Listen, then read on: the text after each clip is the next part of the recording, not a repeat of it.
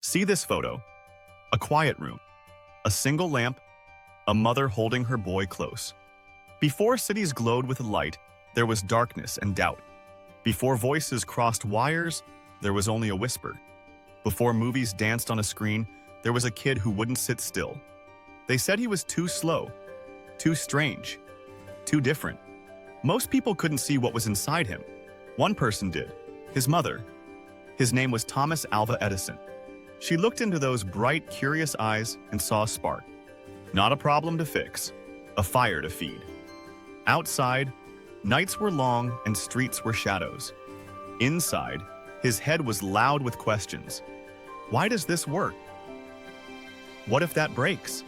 How far can an idea travel? Teachers gave up on him. Neighbors shook their heads. He took things apart, made messes, caused trouble. But trouble is just curiosity without a map. His mother drew him one. Books, patience, room to try again. She pulled him close and whispered, "You're not slow, Tommy. You're special. You can do anything you believe in." That whisper became his first power source. It was the fuse before the filament, the charge before the circuit, the light he carried before he ever made one. And from that small room, with a single lamp and a mother who believed, a boy began to imagine a world where night could turn into day, where a voice could come back as an echo on a machine, where moving pictures could hold a crowd still. All of it started here, with a spark no one else could see yet. Thomas Alva Edison was born on February 11, 1847, in Milan, Ohio. He was the seventh and youngest child of Samuel and Nancy Edison. As a boy, he was full of questions. He was often sick, and his hearing was weak. The family moved to Port Huron, Michigan. He tried school for the first time. He was restless, curious, always asking why. A strict classroom did not fit. A teacher told his mother he was too slow. Nancy held back tears. She bent down and looked into his bright eyes. "You're special," she whispered. She brought him home to learn. Her love became his greatest school. At home, she opened history, math, science, and the world outside the window. Thomas began to thrive. He read for hours. He built small machines. By 12, he earned money selling newspapers and snacks on a train. He set up a tiny lab in the baggage car. He printed a small newspaper. He kept experimenting. One day, a test sparked a fire. He was thrown off the train. His hearing worsened forever. He did not give up. "My deafness helped me focus," he later said.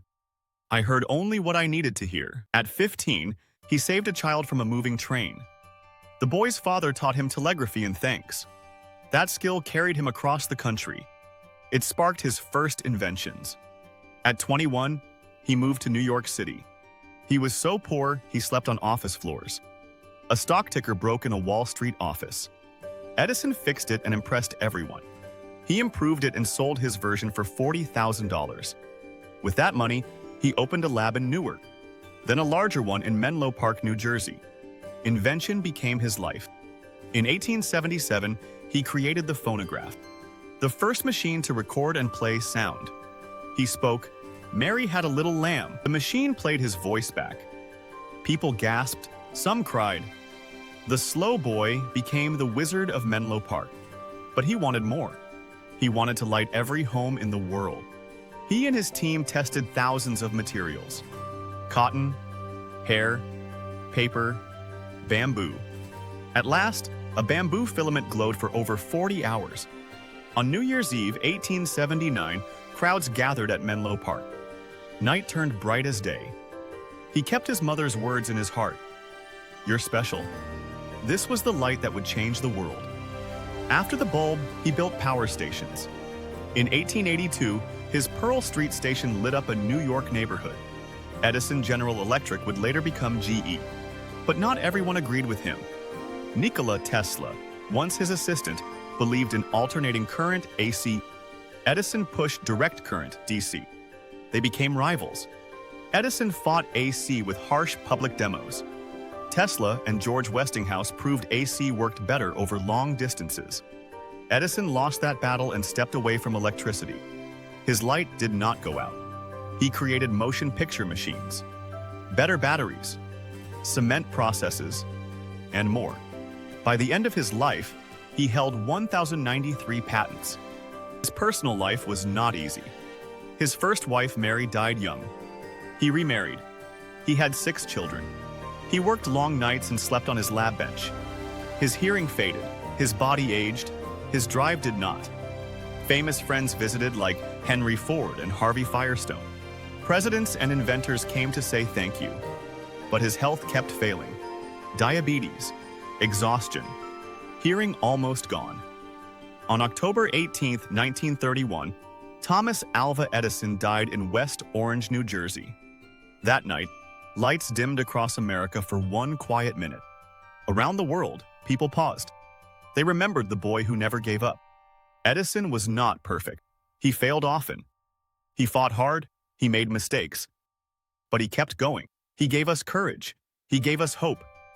He showed that failure is not the end. Every time we flip a switch, hear a recording, or watch a movie, we meet him again. And we hear the words that started it all. You're special. Maybe that was his greatest invention. And that's a wrap on our inspiring journey through the life of Thomas Alva Edison, a story of curiosity, persistence, and turning darkness into light. Let's see how much you actually remember.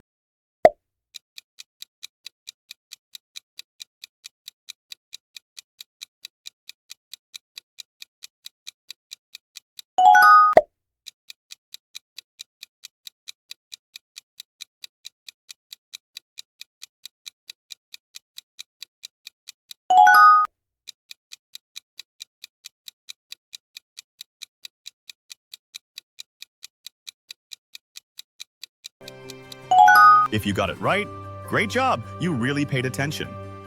And if not, don't worry, that's exactly how you learn. If you enjoyed this story, don't forget to like, share, and subscribe. And check out our next video for another inspiring journey in English.